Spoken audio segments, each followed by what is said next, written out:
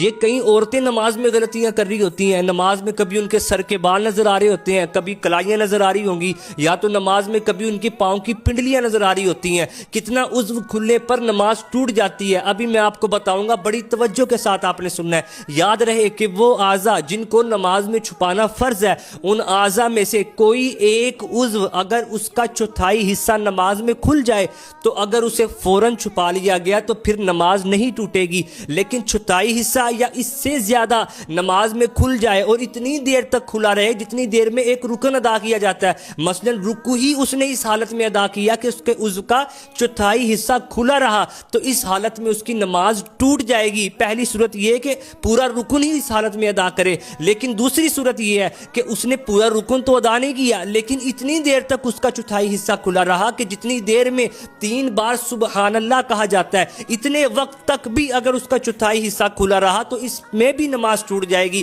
یہ 2 صورتیں آپ نے یاد رکھنی ہیں، اور یہ مسئلہ تو تب ہے کہ جب یہ غلطی سے ہو، لیکن اگر کوئی جان بوجھ کر اپنا چوتھائی حصہ نماز میں کھول دے اس کی تو فوراً ہی نماز ٹوٹ جائے گی۔ اور اگر کوئی ایسی حالت میں نماز شروع کرتا ہے کہ اس کے عضو کا چوتھائی حصہ نظر آ رہا ہے کہ جس کو نماز میں چھپانا ضروری ہے، اس کی تو نماز ہی شروع نہیں ہوگی۔ خدا را ان مسائل پر غور کریں، ہم کسی بندے کے سامنے کھڑے نہیں ہوتے، رب کی بارگاہ میں کھڑے ہوتے ہیں۔ ان غلطیوں سے خود بھی بچیں، اس کو شیئر کریں تاکہ لوگوں کی نماز بھی درست ہو۔ اللہ کرے کہ دل میں اتر جائے میری بات۔ جگہ کے